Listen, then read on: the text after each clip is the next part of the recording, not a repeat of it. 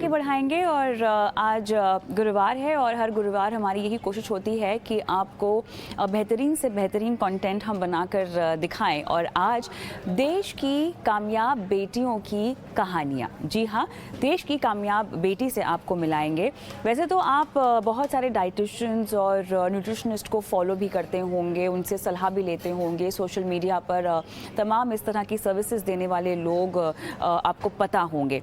लेकिन आज मैं जिस शख्स की बात कर रही हूँ, उन्होंने अपनी पढ़ाई के ज़रिए और खाने के महत्व को ज़रिए एक मुहिम की शुरुआत की है।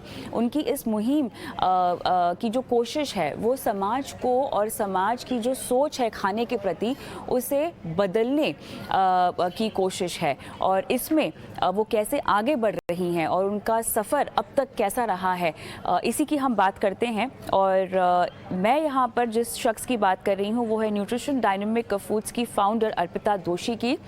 Arpita, good evening. ET money बनो अपना फाइनेंस मिनिस्टर में आपने अपने समय निकाला और शिरकत की, उसके लिए बहुत बहुत धन्यवाद। तो आज बात होगी आपके सफ़र की, लेकिन उससे पहले मुझे ये समझना है कि भारत में खाने को वैसे तो हर जगह खाना बहुत ज़रूरी होता है और हर किसी की खाने को लेकर अलग अलग सोच होती है, अलग अलग जगहों की समझ होती है, अलग अलग डाइट्स होती हैं। लेकिन भारत में हम जिस तरह के पोषण की बात करते हैं और जिस तरह के खाने की बात करते हैं, न्यूट्रिशन की बात करते हैं, वो बहुत हद तक ट्रेडिशनल है। हालांकि अभी बहुत सारी नई नई तरह की डाइट्स आ रही हैं और अलग अलग तरह से लोग एक्सपेरिमेंट भी कर रहे हैं, लेकिन मुख्य तौर पर अधिकतर लोग ट्रेडिशनल डाइट्स को ही फॉलो करते हैं। लेकिन आपकी जो मुहिम है, जहाँ पर आप खाने में जो न्यूट्रिशन है उसके ज़रिए समाज में खाने को लेकर जो सोच है उसको बदलने की कोशिश कर रही हैं, वो क्या है?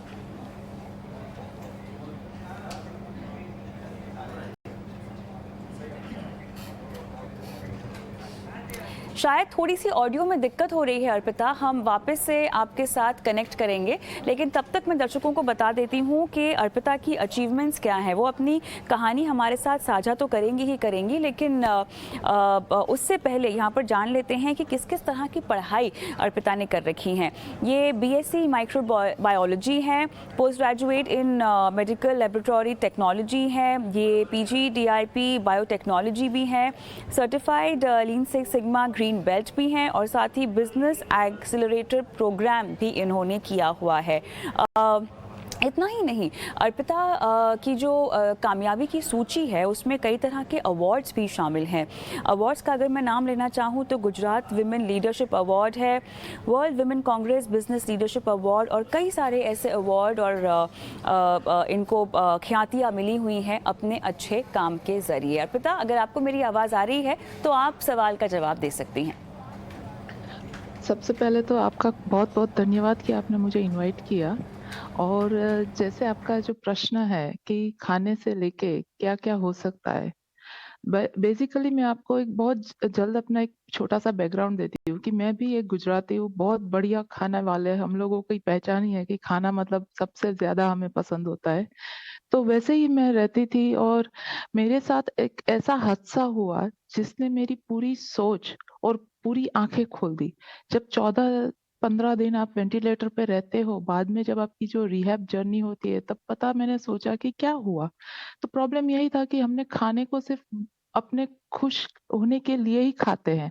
हम लोग ये नहीं समझते कि खाना एक्चुअली एक बहुत बड़ा केमिकल चीज है जो हम अपने शरीर के अंदर डालते हैं। अभी कई कई तरह के हानिकारक उसका रिएक्शन भी होता है, क्योंकि जब कोई दो केमिकल गलत तरीके से मिल जाए तो वो रिएक्ट तो करेंगे। बिल्कुल वैसा ही मेरे साथ हुआ। और जब ये समझ में आया, फिर मेरे जैसे मैंने देखा कि कई लोग हैं, एज पर डब्ल्यूएचओ रिपोर्ट करीबन 79% पीपल एवरी ईयर मौत हो रही है सिर्फ खाने की वजह से। सो इन दैट सिनारियो मैंने सोचा कि मैं अपने लिए तो कर रही हूँ, मगर अपने देशवासियों के लिए क्यों ना करूँ। सबसे ज्यादा बर्डन है डायबिटीज का, कार्डियोवास्कुलर डिजीज का। तो इस वजह से मैंने ये सारी सोच जो है वो खाने के साथ जोड़ी कि सबका एक ही रीजन होता है कि हमारे यहाँ शरीर के अंदर जब कोई भी रोग आते हैं, तो वो आते हैं या तो अपने आस-पास का जो पॉल्यूशन होता है उसकी वजह से या तो फिर अपने खाने की वजह से, क्योंकि अंदर जाने के लिए तो सिर्फ़ एक ही चीज़ है खाना, पानी और हवा। तो वही चीज़ को हमें अगर देखा जाए, तो हम कुछ भी कर सकते हैं। तो मेरे हाथ में वो था तो मैंने वो शुरू किया और उसके हिसाब से मैंने एनडीएफ का एक आइडिया जो था वो मेरे दिमाग में आया कि मैं ये मेरे लिए कर रही हूँ तो ऐसे बहुत सारे लोग हैं जिसको मैं ये समझा सकूँ। तो उनको समझाने के लिए मैं सिर्फ़ डाइट प्लान अगर रिकमेंड करूँगी तो वो किसी को अ अ, थोड़े ही लोगों के तक मैं पहुँच पाऊँगी, मगर जब मैं पूरी प्रोडक्ट दूँगी तो सभी लोगों से मैं पहुँच सकती हूँ। तो इसीलिए मैंने प्रोडक्ट का सोचा और उसके ऊपर मैं आगे बढ़ना शुरू किया। तो बताएँ किस तरह की सेवाएँ देती हैं, किस तरह के प्रोडक्ट्स बनाती है और कैसे ये हमारी ज़िंदगी को बदल सकता है? कि अभी क्या है कि इंस्टेंट का ज़माना है। हर रोज़ खाने को लेके अगर मुझे 2 घंटा किचन में निकालना पड़े तो वो चीज़ हमारी सस्टेनेबल रहती नहीं है। तो इसीलिए हमने इंस्टेंट प्रोडक्ट बनाए, मगर उसके अंदर हमने क्या किया कि जो अपने ट्रेडिशनल खाना है, क्योंकि वो खाना तो हमको तब समझ में आ गया था कि इसका मेडिसिनल वैल्यू है जब हमारे पास इतनी अच्छी मेडिकल फैसिलिटीज़ भी नहीं होती थी। तो उसीलिए मैंने उसका एक कॉम्बिनेशन बना के एक इंस्टेंट ड्रिंक बना के दिया और जिसकी वजह से ये खाना इंस्टेंट बेवरेज की तरह हम लोग दे रहे हैं और पाउडर फॉर्म में रखा ताकि अगर कहीं पर भी जा रहे हो, तो पाउडर लेके आप जा सकते हो, क्योंकि जैसे मैं बोल रही हूँ कि ट्रैवलिंग भी मेरा बहुत रहता था। मैं यूके में थी और अभी भी यूके में ही हूँ, तो ट्रैवलिंग मेरा बहुत रहता था। इन बिटवीन में मुझे जो प्रॉब्लम आती थी, उसको ओवरकम करने के लिए सिर्फ़ पाउडर ही ऐसी चीज़ थी जो मैं अपनी फ्लाइट में भी ले सकती हूँ।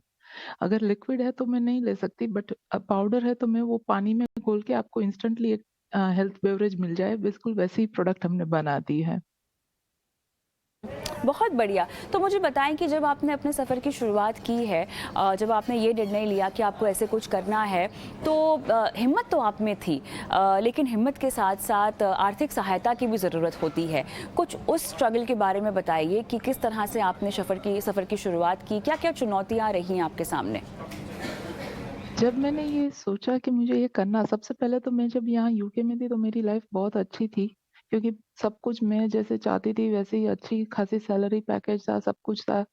मगर फिर जब ये चीज़ हुआ तो मैंने सोचा कि हाँ, अपने ट्रेडिशनल रूट्स में जाना है, तो सबसे पहली दिक्कत होती थी कि ये चीज़ को एक बेटी होके सबसे पहले तो बाहर के जो पूरा वर्ल्ड है, उसमें मेल डोमिनेटेड वर्ल्ड है, उसमें समझाना कि भई नहीं ये चीज़ हो सकती है, वो सबसे पहली मेरी चैलेंज थी। तो उसके लिए हमने सिर्फ़ यही चीज़ किया कि मेरे जो परिवार वाले थे, मेरे पापा, मेरे फादर इन लॉ, मेरे मदर इन लॉ, मेरी मम्मी, भाई-बहन, सबका पहले तो मैंने विश्वास जीता। उनका विश्वास था कि हाँ, तू बेटा कर सकती है। तो जब वो जीत लिया तो मेरे थोड़ा आसानी हुई मेरे रास्ते में अड़चनें आने की, क्योंकि फिर उन्होंने मेरे ऊपर विश्वास किया और जब मेरा ये सारे अवार्ड्स मिलना शुरू हो गए, तो वही मेरे लिए एक इन्वेस्टर भी हो गए कि नहीं बेटी तू कर रही है तो हम तेरे को थोड़ी मदद कर देंगे। बट वो क्या है कि वो थोड़े ही दिन तक चलती है, बाद में तो आपको खुद को रहना पड़ता है। तो उसमें मुझे सबसे ज़्यादा अ, शुक्रिया जो है वो हमारे इंक्यूबेटर सेल जो था, मैंने इंक्यूबेशन किया था एआईसी एलएमसीपी में, तो वहाँ से गुजरात गवर्नमेंट ने मेरे को बहुत बड़ी सहाय की। उन्होंने मेरा सीड फंड मंज़ूर कर दिया और मेरी जो अड़चनें थी, जो मार्केटिंग के से लेके सब में आती थी, टेस्टिंग में, वो सारी की सारी अड़चनें उन्होंने थोड़ी कम कर दी। तो इसीलिए मैं उन सब का भी शुक्रिया करूँगी कि उन्होंने ये सब कुछ किया मेरे लिए। और तीसरा था जो मेरा दृढ़ निर्णय था कि नहीं, चाहे कुछ भी हो जाए, अब इसमें पीछे नहीं हटूँगी। चाहे, क्योंकि हमेशा यही होता है कि जब आपके ऊपर मुश्किलें आती है ना, तो आपको ये लगता है कि मेरे पे सबसे ज़्यादा दुःख पड़ा है।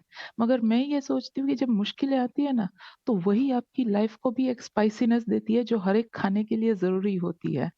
सो वो मुश्किलें ने मेरे को ये सिखा दिया कि किस तरह से हमें जीना चाहिए और किस तरह से वो लर्निंग प्रोसेस को टर्न आउट कर देना चाहिए। तो वो सोच मैंने अपने अंदर डाल दी कि नहीं, जब भी मुश्किल आती है तो मैं बोलती हूँ अरे वाह! चलो कुछ नया सीखने को मिल रहा है मेरे को यहाँ पे अभी।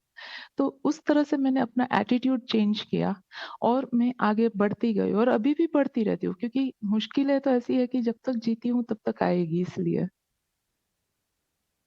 हम यही उम्मीद करते हैं और यही कामना करते हैं कि आप अपनी प्रगति के राह में आगे बढ़ती रहें और हमारे लिए और तमाम दर्शकों के लिए जो आपने प्रेरणा अब तक दी है उसे लगातार देती रहें और लोग आपसे सीखें, समझें और अपनी निजी ज़िंदगी में भी इस सीख को अमल करें। बहुत बहुत धन्यवाद समय निकालने के लिए, हमसे बात करने के लिए। तो ये थी देश की कामयाब बेटी की कहानी आज के लिए, लेकिन हम रुकेंगे एक छोटे से ब्रेक के लिए और ब्रेक के उस पार हम बात करेंगे कि किस तरह से साइबर अटैक्स जो हैं वो बढ़ रहे हैं। आप संस्था की बात करें या आप किसी शख्स की बात करें, किस तरह से आपको इस तरह के साइबर अटैक्स और हैकिंग से बचना चाहिए। करेंगे इस पर विस्तार से बात इस छोटे से ब्रेक के बाद, लेकिन ब्रेक पर जाएं उससे पहले एक नंबर आपकी स्क्रीन पे छोड़ रहे हैं। ये हमारा व्हाट्सएप नंबर है जहां पर हमें इंतजार रहता है आपके फाइनेंशियल पोर्टफोलियो से जुड़े सवालों का।